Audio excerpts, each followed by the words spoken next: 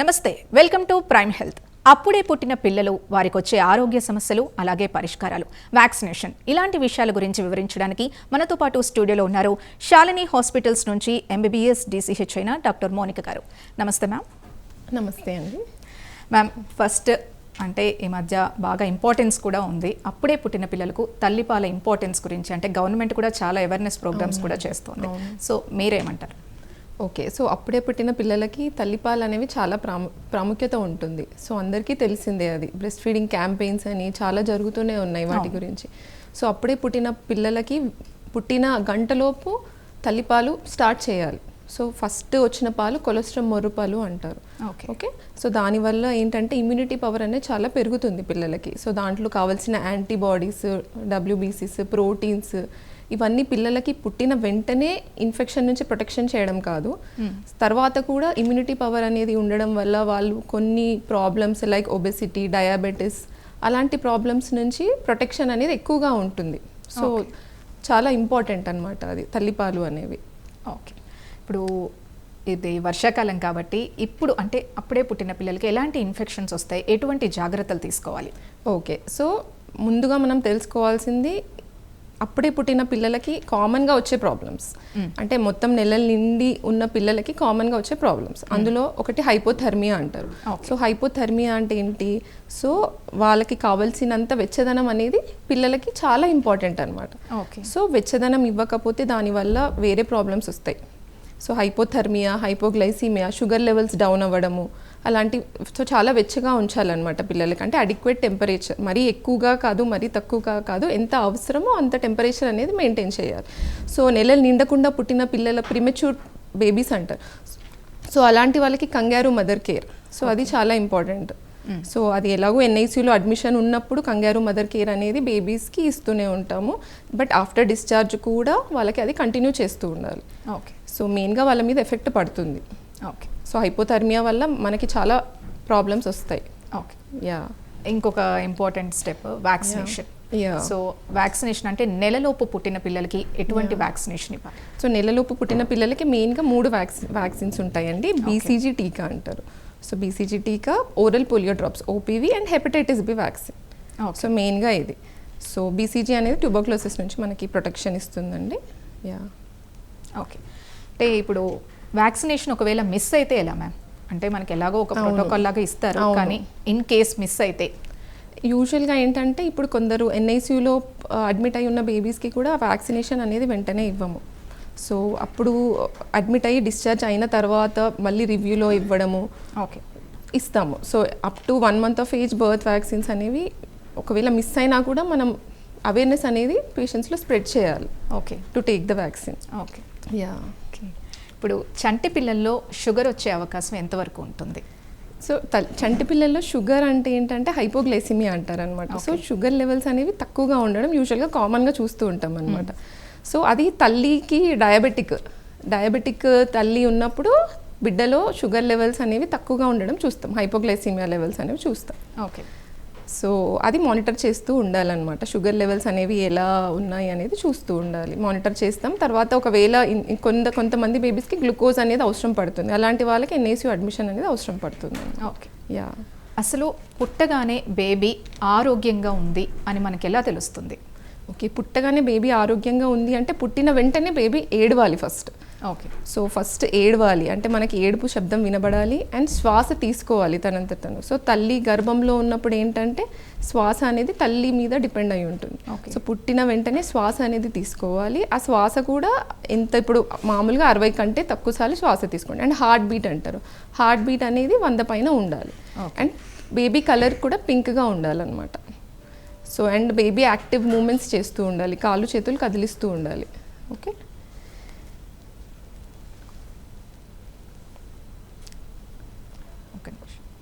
ఇప్పుడు పుట్టిన పిల్లల్లో అసలు ఎన్ని కిలోలు ఉంటే కరెక్ట్ వెయిట్ అని మనం గుర్తించాలి? ఓకే, సో పుట్టిన పిల్లలలో మామూలుగా యూజువల్గా అట్లీస్ట్ 2.5 అబౌవ్, 2.5 కంటే తక్కువ ఉంటే లో బర్త్ వెయిట్ అంటారు. సో అట్లీస్ట్ 2.5 కంటే అబౌవ్ ఉండాలి. సో సో ఏంటంటే కొంతమంది తల్లులకి కొన్ని ప్రాబ్లమ్స్ వల్ల అంటే BP ఎక్కువగా ఉండడము, అన్కంట్రోల్డ్ హైపర్ టెన్షన్ అంటారు, ఎక్లాంప్సియా అంటారు, లేదంటే ఉమ్ము నీరు పూర్తిగా వెళ్ళిపోవడము, సో ఉమ్ము నీరు అసలు ఉండదు. సో అలాంటి వాళ్ళకి ఏంటంటే ముందు పుడతారనమాట. సో ప్రీ టర్మ్స్ అంటారు. సో ప్రీ టర్మ్స్ అంటే కొంచెం బరువు తక్కువగా పుడతారు వాళ్ళు. సో టర్మ్స్ అంటే ఏంటంటే నెలలు నిండిన పిల్లలకి ఏంటంటే కొద్దిగా నెలలు నిండినా కూడా బరువు తక్కువగా ఉంటారు. IUGR బేబీస్ అంటారు, అంటే గ్రోత్ రిటార్టెడ్ బేబీస్ అనమాట అలాంటి వాళ్ళు. సో వాళ్ళల్లో ఏంటంటే నెలలు నిండినా కూడా బరువు అనేది తక్కువగా ఉంటుంది. సో లోపల ఉంటే బ్లడ్ సప్లై అనేది తక్కువగా ఉంటుంది వాళ్ళకి. ఓకే. సో అలాంటి సో బరువు తక్కువగా ఉన్న వాళ్ళకి కొన్ని ప్రాబ్లమ్స్ వచ్చే ఛాన్సెస్ ఉంటాయి. ఎలాంటి ప్రాబ్లమ్స్? షుగర్ లెవెల్స్ అనేవి తక్కువగా ఉండడం, చెప్పాను కదా, హైపోథర్మియా, లేదు అంటే RDS అంటారు, అంటే ఊపిరితిత్తులు ప్రాబ్లమ్. ఓకే. సో జాండిస్ ఎక్కువగా ఉండడము, ఇలాంటి ఛాన్సెస్ ఉంటాయి. ఓకే. ఇప్పుడు మీరు అన్నట్టుగానే జాండీస్ అసలు చాలా ఫ్రీక్వెంట్గానే వస్తూ ఉంటుంది. అంటే జాండీస్ అసలు ఎందుకు వస్తుంది, వచ్చినప్పుడు ఎలాంటి కేర్ తీసుకోవాలి? ఓకే. సో జాండీస్ అనేది పుట్టిన పిల్లలకి ఉంటుందండి. లివర్ మెచ్యూరిటీ అనేది సరిగ్గా ఉండదు వాళ్ళకి. సో దానివల్ల కొద్దిగా జాండీస్ అనేది ఉంటుంది. సో నార్మల్గా మనం చూసేది ఫిజియోలాజికల్ జాండీస్ అంటారు. ఓకే. సో ఫిజియోలాజికల్ జాండీస్ అంటే ఏంటి? నార్మల్గా వాళ్ళకి పుట్టిన తర్వాత ఏంటంటే వేరే కారణాలు లేకుండా కూడా జాండీస్ అనేది వస్తుంది. సో కొంచెం పాలు అనేవి తక్కువగా ఇవ్వడము, సో బ్రెస్ట్ ఫీడింగ్ జాండీస్ అంటారు, అండ్ బ్రెస్ట్ మిల్క్ జాండీస్ అంటారు. ఓకే. సో ఇంకొన్ని కారణాలు ఏంటంటే ఫిజియోలాజికల్ కాదు, పెథలాజికల్ జాండీస్ అనేది యూజువల్గా మనం వితిన్ 24 hours డిటెక్ట్ చేయొచ్చు. అంటే బ్లడ్ గ్రూప్ ఇన్కంపాటబిలిటీస్, సో తల్లి బ్లడ్ గ్రూప్ నెగిటివ్గా ఉండి బిడ్డది పాజిటివ్గా ఉండి RH ఇన్కంపాటబిలిటీ అంటారు. సో అలాంటి వాళ్ళకి ఏంటంటే పుట్టిన వెంటనే NICU అడ్మిషన్ కూడా అవసరం పడుతుంది. సో అలాంటి వాళ్ళకి లైట్స్ ఫోటోథెరపీ స్టార్ట్ చేసి, కొందరికి బ్లడ్ ఎక్స్చేంజ్ అని అంటారు, సో అవి కూడా చేయాల్సి వస్తుంది అనమాట. అలాగే పొద్దున్నే ఎండలో కూడా పడుకోబెట్టాలి అంటారు కదా, ఇది ఎంతవరకు ఫలితం? అది యాక్చువల్గా అందరూ అనుకుంటారు ఎండలో పడుకోబెట్టడం వల్ల జాండీస్ అనేది తగ్గుతుంది అని, but it's a myth. So దానికి ఎండలో ఉండడం వల్ల జాండీస్ తగ్గడం అనేది కాదు. బికాజ్ ఇప్పుడు ఫోటోథెరపీ లైట్స్ అనేవి మనకు ఆ స్పెక్ట్రంలో ఉండాలి. ఓకే. యా. అలాగే అప్పుడే పుట్టిన పిల్లలకి అసలు ఎలాంటి వాతావరణం కల్పించాలి? అంటే ఫ్యాన్ గాలి మంచిదేనా, లేదా కంప్లీట్గా కొంతమంది 24 hours కూడా ఏసీలో ఉంచుతూ ఉంటారు, ఇది ఎంతవరకు మంచిది? యా. సో ఫ్యాన్ గాలి ఏసీ అనేది కాదండి. సో మరీ ఇప్పుడు ఫ్యాన్ ఎక్కువగా పెట్టుకొని, అంటే వాళ్ళకి ఏంటంటే శ్వాసకి ఇబ్బంది అయ్యి మరీ ఏసీ చాలా తక్కువగా పెట్టుకొని అడిక్వేట్ టెంపరేచర్ మెయింటైన్ చేయడం ఇంపార్టెంట్. సో ఇప్పుడు ఏసీ అనేది టెంపరేచర్ మేబీ 28 to 30 అలా పెట్టుకోవచ్చు. లైక్ అండ్ ఈవెన్ ఫ్యాన్ గాలి అంటారా, ఫ్యాన్ గాలి కూడా ఒకవేళ అంటే కొంచెం వెచ్చగా ఉంచి కొద్దిగా 2 or 3 అలా పెట్టుకుంటే సరిపోతుంది. ఓకే. ఒక కాలర్ అవైలబుల్ ఉన్నారు, హైదరాబాద్ నుంచి శిరీష గారు, మాట్లాడండి. మేడం, గుడ్ ఆఫ్టర్నూన్ అండి. నా పేరు శిరీష. గుడ్ ఆఫ్టర్నూన్ అండి. ఏం లేదండి, నాకు 4 months అయింది డెలివరీ అయ్యి. ఓకే అండి. నెక్స్ట్ టైం మా బర్త్డేలో వెళ్తాం మేడం. అర్థం కాలేదండి. 4 months అవుతుంది మేడం నేను డెలివరీ అయ్యి. అది ఆపరేషన్ సిజేరియన్. ఓకే అండి. అయితే నెక్స్ట్ డెలివరీ నార్మల్ అవుతుందా, మళ్ళీ ఆపరేషన్ అవుతుందా అని నా doubt. Okay. So first delivery మీకు సిజేరియన్ అయిందా అండి? అవునండి. ఎన్ని వారాలకు అయిందండి డెలివరీ? 9 months కంప్లీట్ అయిపోయింది మేడం. ఓకే. సో ఇది ఓకే అండి. సో ఫస్ట్ డెలివరీ సిజేరియన్ అయింది, నెక్స్ట్ నార్మల్ అయ్యిందా అంటే డెఫినెట్గా అయ్యే ఛాన్సెస్ ఉన్నాయండి. డెఫినెట్గా అయ్యే ఛాన్సెస్. ఇది చాలా మందిలో ఉండే డౌట్. అన్లెస్ మదర్కి ఏదైనా ఇబ్బంది ఉంది, లైక్ ప్రీటర్మ్ అంటే సిజేరియన్ సెక్షన్ చేయాల్సిన అవసరం ఉంటే సిజేరియన్ సెక్షన్ చేయాల్సి వస్తుంది. బట్ డెఫినెట్లీ నార్మల్ డెలివరీ అయ్యే ఛాన్సెస్ ఉన్నాయండి, unless there is any complications ఉంటే తప్ప. ఓకే. నెక్స్ట్ వచ్చి ట్విన్స్. ఓకే అండి. ట్విన్స్ పుట్టినప్పుడు అసలు ఎలాంటి సమస్యలు వస్తాయి? అంటే బరువు విషయంలో కానీ హెల్త్ విషయంలో కానీ ఎలాంటి కేర్ తీసుకోవాలి? ఓకే. సో ట్విన్స్ అంటే యూజువల్గా నార్మల్ బేబీ లాగానే కేర్ తీసుకోవాలి, కానీ ట్విన్స్ యూజువల్గా ముందు పుట్టే ఛాన్సెస్ ఉంటాయి. సో ప్రీటర్మ్ అంటారు కదా. సో ప్రీటర్మ్ అంటే వాళ్ళకి కొన్ని శ్వాసకు సంబంధించిన ఇబ్బందులు ఒకవేళ అలాంటివి ఉంటే NICUలో అడ్మిట్ చేయాల్సి వస్తుంది. లేదు ఒకవేళ శ్వాస బాగానే ఉంది, బాగా నేర్చి పింక్ కలర్లోనే ఉన్నారు అంటే వాళ్ళని వెచ్చగా పెట్టుకోవాలి, తల్లిపాలు వెంటనే పట్టించాలి, ఇద్దరికి పట్టించాలి. కాబట్టి ఆల్టర్నేట్ ఫీడింగ్ చేయాల్సి వస్తుంది. లైక్ తల్లి ఒకవేళ పంప్ చేసి ఇచ్చినా డైరెక్ట్గా ఇచ్చినా కూడా ఒకవేళ సరిపోవట్లేదు అంటే మనము ఫార్ములా కూడా యాడ్ చేసుకోవాల్సి వస్తుంది ఒక్కొక్కసారి.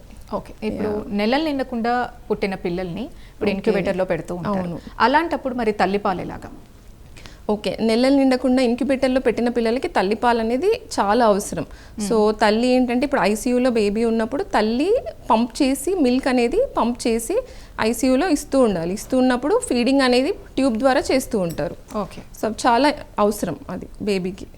ఓకే. అలాగే తల్లి ఎలాంటి ఆహారం తీసుకుంటే, అంటే ఇన్ కేస్ ఆవిడకి ఏం ప్రాబ్లం ఉంటే అదే ప్రాబ్లం బేబీకి కూడా రిఫ్లెక్ట్ అవుతుందా? లేదండి, ఇప్పుడు తల్లి అనేది ఏంటంటే పోషకాహారాలు అన్నీ తీసుకోవాలి. అంటే పండ్లు, కూరగాయలు, తను వాటర్ బాగా తీసుకోవాలి. సో వాటర్ కంటెంట్ మిల్క్లో ఎక్కువగా ఉంటుంది కాబట్టి సో అన్నీ సరిపోను తను తీసుకోవాలి. అండ్ ఇప్పుడు కొంతమంది అడుగుతూ ఉంటారు నాన్ వెజ్ తింటే జాండీస్ వస్తుంది. ఇది అది నిజం కాదండి. బికాజ్ నా తల్లి నాన్ వెజ్ తినడానికి బిడ్డ జాండీస్కి సంబంధం లేదు. సో బిడ్డ జాండీస్కి వేరే కారణాలు ఉంటాయి. లివర్ మెచ్యూరిటీ వచ్చిన కొద్దీ జాండీస్ లెవెల్స్ అనేవి తగ్గుతూ ఉంటాయి, ఇంకా వేరే కారణాలు ఉంటాయి. అంతేకాని తల్లి ఫుడ్కి బేబీకి అంత సంబంధం లేదు. బట్ యూజువల్లీ ఆయిలీ ఫుడ్ అలాంటివి కొద్దిగా అవాయిడ్ చేయమని చెప్తాము అంతే. స్పైసీ అండ్ ఆయిలీ ఫుడ్ కొద్దిగా తగ్గించుకోమని చెప్తాం. ఓకే. ఇప్పుడు అలాగే చిన్నపిల్లల్లో ఎక్కువగా చూసే సమస్య ఏంటంటే అజీర్తి కానీ జీర్ణ సమస్యలు చూస్తూ ఉంటాం. అసలు ఎటువంటి ఆహారం పెట్టాలి వాళ్ళకి? అంటే నెలలు నిండిన తల్లికి అంటున్నారు? రెండు. బేబీకి, పిల్లలకి అంటే 6 months దాటిన తర్వాత యూజువల్లీ 6 months వరకు తల్లిపాలే ఇస్తామండి. సో 6 months తర్వాత కాంప్లిమెంటరీ ఫీడింగ్ అనేది స్టార్ట్ చేస్తారు. సో కాంప్లిమెంటరీ ఫీడింగ్ అంటే ఏంటి? ఇప్పుడు ఫస్ట్ ఉగ్గు, లైక్ ఉగ్గుతోని అట్లా స్టార్ట్ చేస్తాం.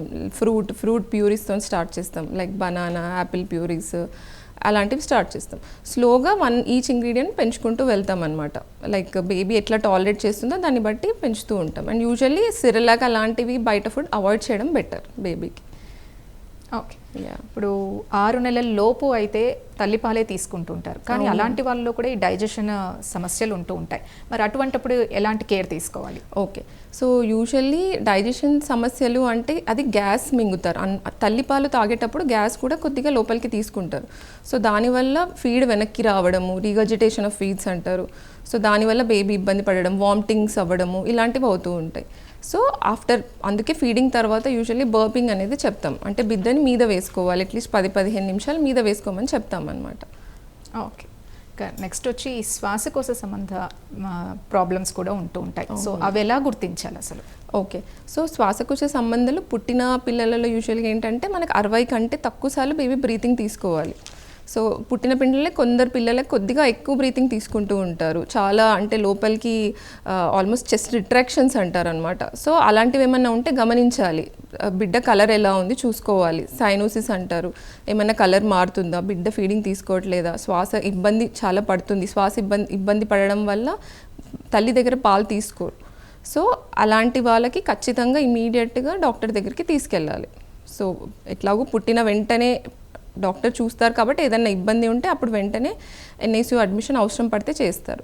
లేదు ఇంట్లో ఉన్నప్పుడు అలాంటి ఇబ్బంది ఏదైనా ఉంది అంటే వెంటనే నియరెస్ట్ డాక్టర్ దగ్గరికి తీసుకెళ్ళాలి. ఓకే మేడం, నెక్స్ట్ ఇప్పుడు అసలు పిల్లలు ఎక్కువగా ఏడుస్తూ ఉంటారు 6 నెలల లోపు అయితే.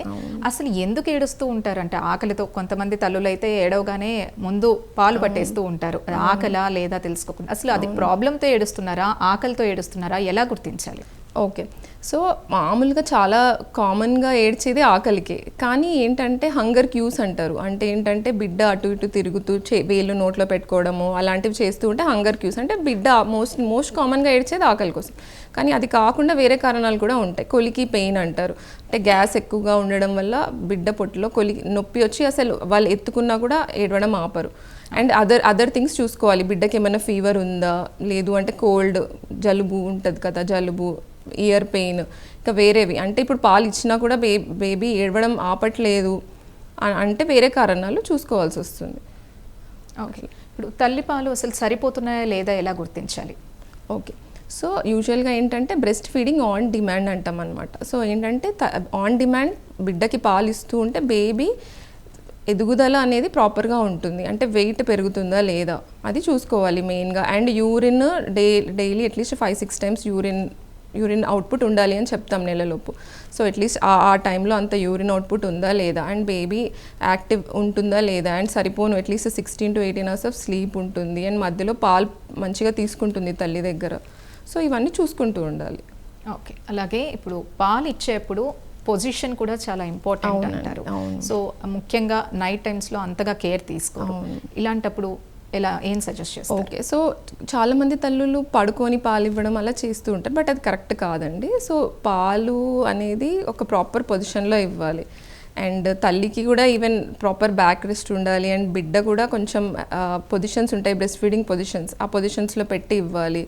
అండ్ లాక్టేషనల్ కౌన్సిలర్ హెల్ప్ కూడా తీసుకోవచ్చు ఇన్ కేస్ ఇబ్బంది ఉంది, ఫీడింగ్లో ఇబ్బంది ఉంది అని అంటే. అండ్ చూసుకోవాలి తల్లి కూడా ఇన్ కేస్ ఏదైనా లాచింగ్ ప్రాబ్లమ్స్ ఉన్నాయా లేదా చూసుకోవాలి. సో బిడ్డ సరిగ్గా పాలు పడుతుందా లేదా, ఇంకా నిప్పుల్ ఇష్యూస్ ఏదైనా ఉన్నాయా, బ్రెస్ట్ ఇష్యూస్ ఏదైనా ఉన్నాయా, ఇవన్నీ కూడా చూసుకోవాల్సి వస్తుంది. ఓకే, ఇప్పుడు తల్లి పాలు సరిపోనప్పుడు ఈ ఫార్ములా రెండూ కలిపి, డబ్బా పాలు రెండూ కలిపి ఇస్తూ ఉంటారు, అది ఎంతవరకు మంచిది? ఓకే, సో యాక్చువల్లీ ఇది చాలా కామన్గా ఉండే డౌట్ అండి ఇది. సో తల్లిపాలు సరిపోవట్లేదు, మేము ఫార్ములా ఇవ్వచ్చా లేదా అనేది. సో యూజువల్గా ఏంటంటే మనకి ఫస్ట్ 2 days వచ్చే కొలెస్ట్రాల్ అది చాలా లిటిల్ క్వాంటిటీస్లో అయినా అది బేబీకి కావాల్సిన ఎనర్జీ ఇస్తుంది. ఓకే, సో ఒకవేళ నిజంగా ఇచ్చిన తర్వాత పంప్ చేసి చూసాక డైరెక్ట్గా ఇచ్చిన తర్వాత కూడా బేబీ ఫ్రీక్వెంట్గా ఏడుస్తుంది, అసలు సరిపోవట్లేదు అన్నప్పుడు maybe both you can supplement both, but తర్వాత ఒకవేళ బ్రెస్ట్ మిల్క్ క్వాంటిటీ అడిక్వేట్ ఉంది అన్నప్పుడు అవసరం లేదండి, ఓన్లీ బ్రెస్ట్ మిల్క్ మీద వీ కెన్ కంటిన్యూ. ఓకే, ఇప్పుడు అలాగే పిల్లల్లో సెల్ఫ్ ట్రీట్మెంట్ కొంతమంది, అంటే ఇప్పుడు 1-2 నెలలు డాక్టర్ చెప్పినవి సిరప్స్ కానీ అవి ఇంట్లో ఉంటే తర్వాత రిపీట్ అయ్యే ప్రాబ్లమ్స్ కూడా అవి వాళ్ళు వాడేస్తూ ఉంటారు డాక్టర్ని కన్సల్ట్ చేయకుండా. ఇఫ్ ఇన్ కేస్ యాంటీబయోటిక్స్ అయినా కూడా వాళ్ళు వాడేస్తూ ఉంటారు, ఇది ఎంతవరకు మంచిది? ఓకే, యాంటీబయాటిక్స్ వాడడం అనేది అయితే యూజువలీ అది బ్లండర్ అండి. ఓకే, సో ఏదైనా కూడా ఫస్ట్ కన్సల్ట్ చేయాలి. ప్రాబ్లం ఉంది అంటే ఆ ప్రాబ్లం ఎందుకు వస్తుంది అనేది తెలుసుకోవాలి ఫస్ట్. ఓకే, సో అది తెలుసుకున్న తర్వాతనే దానికి తగ్గ ట్రీట్మెంట్ అనేది మనం స్టార్ట్ చేసుకుంటే బెటర్. అలాగే ఇంకొక ప్రాబ్లం మేడం, అంటే ఎక్కువగా వింటూ ఉంటాం అలర్జీస్, ర్యాషెస్ ఇలాంటివి. అలాగే ఫుడ్స్ వల్ల కూడా, అంటే ఇప్పుడు ఇందాక తీసుకున్నట్టే తల్లి నుంచి ఆవిడ ఏ ఆహారం తీసుకుంటే వీళ్ళకి అలర్జీస్ వచ్చే ప్రాబ్లం ఏమైనా ఉంటుందా? ఓకే, సో యూజువల్లీ న్యూబార్న్ బేబీలో బాడీ మీద ర్యాషెస్ చూస్తామండి. సో ఎరిథిమా టాక్సికమ్ అంటారు అండ్ మిలియా అంటారు, అవన్నీ నార్మల్ న్యూబార్న్ స్కిన్ కండిషన్స్ అనమాట. సో అది చూడగానే భయపడిపోవాల్సిన అవసరం లేదు, ఇవన్నీ బినైన్ కండిషన్స్ అనమాట. సో తల్లి ఫుడ్ వల్ల బేబీకి ఎలర్జీ రావడం అనేది అయితే సహజం కాదు.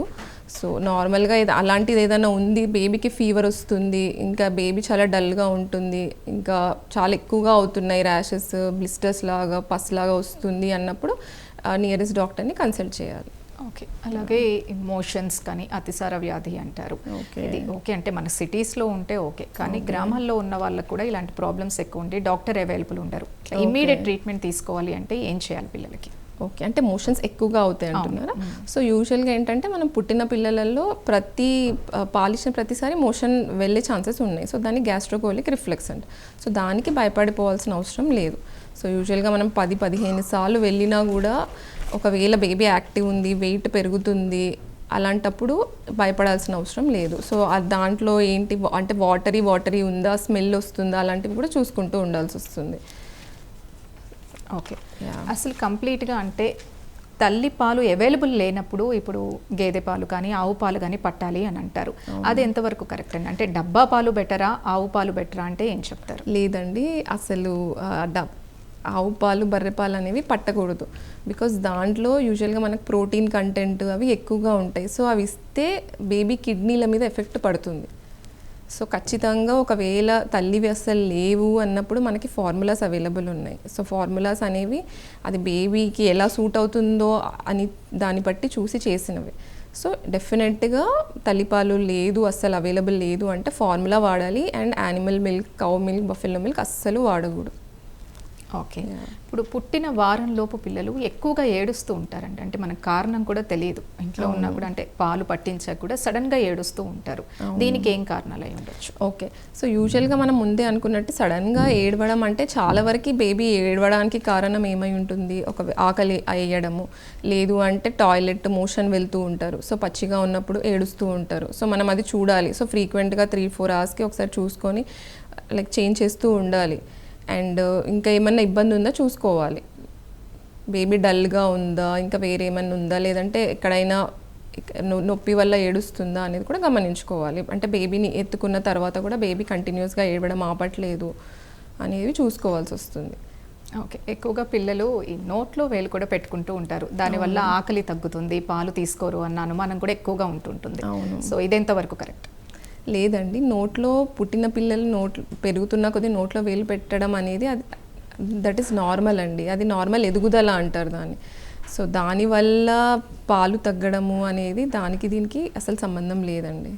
ఓకే, అసలు పుట్టగానే పిల్లల్లో వచ్చే కామన్ ప్రాబ్లమ్స్ ఏంటి? అంటే ఇమీడియట్గా మనం గుర్తించాల్సినవి, ఇవి కేర్ తీసుకుంటే బాగుంటుంది అంటే మీరేమంటారు? ఓకే, సో పుట్టిన వెంటనే వచ్చే కామన్ ప్రాబ్లమ్స్ అంటే అది బేబీ ముందు పుట్టిందా తర్వాత పుట్టిందా అనే దాన్ని బట్టి కూడా ఉంటుంది. పుట్టేటప్పుడు కూడా వచ్చి కొన్ని ప్రాబ్లమ్స్ వస్తాయి, అంటే ప్రసవ సమయంలో వచ్చే ప్రాబ్లమ్స్ కూడా ఉంటాయి. సో ఏంటి అంటే కొన్ని తల్లికి ఉండే కారణాల వల్ల బిడ్డ ముందుగా పుట్టడం వల్ల రెస్పిరేటరీ డిస్ట్రెస్ సిండ్రోమ్ అంటారు. సో బేబీకి ఆయాసం ఎక్కువగా ఉండడము అండ్ హైపోథర్మియా అంటారు, సో హైపోగ్లైసీమియా అంటారు. సో ఇవన్నీ గమనించుకుంటూ ఉండాలన్నమాట. అండ్ ఒకవేళ ఏమన్నా ఉంది అంటే దాన్ని తగ్గట్టు ట్రీట్మెంట్ తీసుకుంటూ ఉండాలి. ఓకే, ఇప్పుడు డబ్బా పాల విషయానికి వస్తే ఏదన్నా అంటే కొంతమందికి కొన్ని పడతాయి, కొన్ని పడవు. అసలు డబ్బా పాలు ఎంతవరకు మంచిది?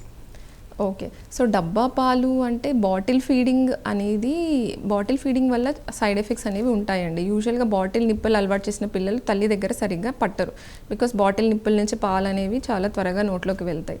సో అండ్ ప్లస్ ఇన్ఫెక్షన్స్ వచ్చే ఛాన్సెస్ ఉంటాయి, ఎందుకంటే హ్యాండ్ వాషింగ్, ఇప్పుడు ఆ బాటిల్స్ ఏవైతే యూస్ చేస్తున్నామో అది ప్రాపర్గా వాష్ చేసుకోవడం హాట్ వాటర్లో ఇవన్నీ చేస్తూ ఉండాలి.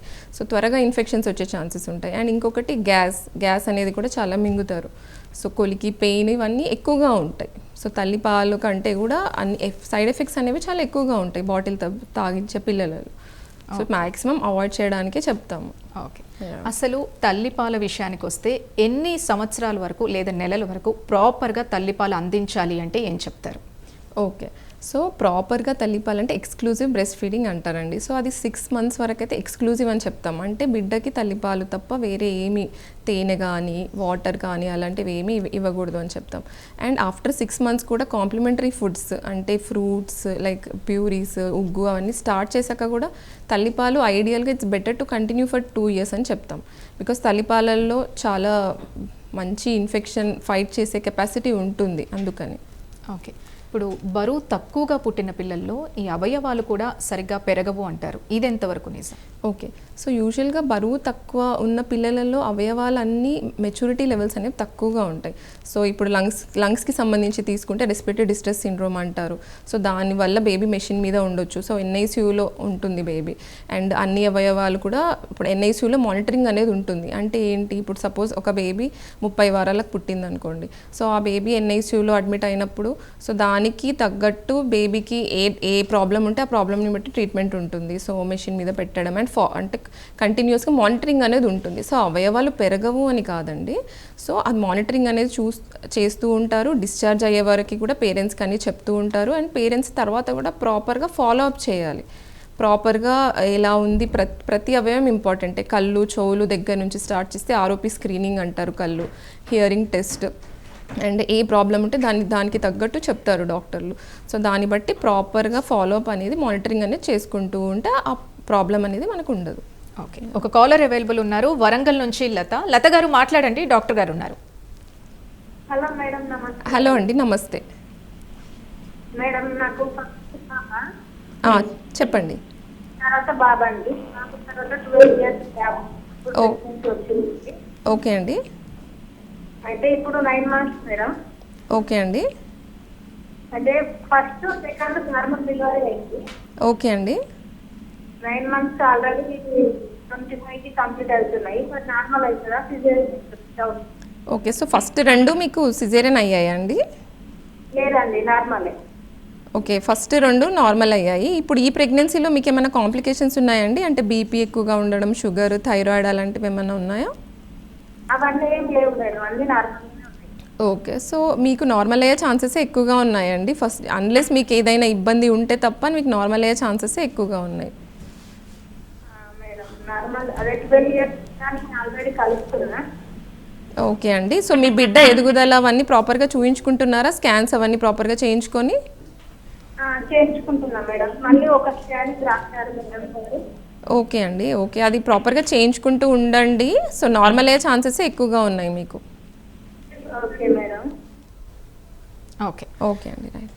ఇప్పుడు ఓకే, ఫైనల్గా ఇప్పుడు కాలర్ అడిగినట్టుగానే normal delivery, C-section delivery, okay, అంటే అసలు నార్మల్ డెలివరీ అవ్వాలి అని అంటే ముందుగానే ఎటువంటి జాగ్రత్తలు తీసుకోవడం అవసరమా? సో నార్మల్ డెలివరీ అవ్వాలి అంటే ఇప్పుడు ముందుగానే అంటే ప్రాపర్గా మనం ఎక్సర్సైజెస్ కానీ అంటే యాంటీనేటల్గా proper checkups, proper exercises, proper diet అవన్నీ చేసినా కూడా కొన్ని ఇండికేషన్స్కి సిజేరియన్ చేయాల్సి వస్తుంది. ఓకే. అంటే కొందరికి చాలా ఒబేస్ మదర్స్ ఉంటారు. సో ఇన్ కేస్ అన్నీ చేసినా కూడా అట్లాంటివి కొన్ని హెల్త్ కండిషన్స్ ఉంటాయి, మెడికల్ కండిషన్స్ ఉంటాయి. అంటే ఎక్కువగా బీపీ ఉండడం, అన్కంట్రోల్డ్ బీపీ ఉండడం, షుగర్ లెవెల్స్ కంట్రోల్ అవ్వకపోవడం. సో అలాంటి సమస్యలు ఉన్నప్పుడు సిజేరియన్ డెలివరీ తప్పదు అన్నప్పుడు సిజేరియన్ చేయాల్సి వస్తుంది. అదర్వైజ్ అన్నీ ప్రాపర్గా మెయింటైన్ చేసుకొని లాస్ట్ వరకు కూడా ప్రాపర్ హెల్త్ చెకప్స్ చేసుకొని మెంటల్ అండ్ ఫిజికల్ హెల్త్ ప్రాపర్గా మెయింటైన్ చేసుకుంటే normal delivery definitely we can try. ఇప్పుడు ఏ ఆపరేషన్ అయినా ఒకటేనా అండి? అంటే తల్లి ఆరోగ్యాన్ని బట్టి ఆవిడ పరిస్థితిని బట్టి చేస్తారు తప్పించి అది పిల్లలకి ఏం ఎఫెక్ట్ ఉండదా? సి సెక్షన్ అయినా నార్మల్ డెలివరీ అయినా? యూజువల్గా ఏం చెప్తామంటే నార్మల్ సి సెక్షన్ అయిన పిల్లలు శ్వాస సంబంధించిన ఇబ్బందులు ఎక్కువగా ఉండే ఛాన్సెస్ ఉంటాయని చెప్తాం. ఓకే. సో నార్మల్ డెలివరీ అయినప్పుడు ఏంటంటే ఆ నార్మల్ ప్రాసెస్లో బేబీ పుడుతుంది. సో దానివల్ల ఇబ్బందులు అనేది కొద్దిగా తక్కువ ఉన్నాయని చెప్తాం అనమాట. అండ్ ఫీడింగ్ ఇష్యూస్ అవన్నీ కూడా ఎర్లీగా ఎస్టాబ్లిష్ అవుతాయి నార్మల్ డెలివరీ అయినప్పుడు. Okay, thank you doctor. అడిగిన అన్ని క్వశ్చన్స్కి చాలా క్లియర్గా ఇన్ఫర్మేషన్ ఇచ్చారు. Thank you once again. ఇంకా ఏమైనా డౌట్స్ ఉంటే డాక్టర్ గారిని డైరెక్ట్గా కన్సల్ట్ అవ్వచ్చు. ఇది ఈ రోజు అంశం. మరొక అంశంతో మళ్ళీ కలుద్దాం. Keep watching prime health.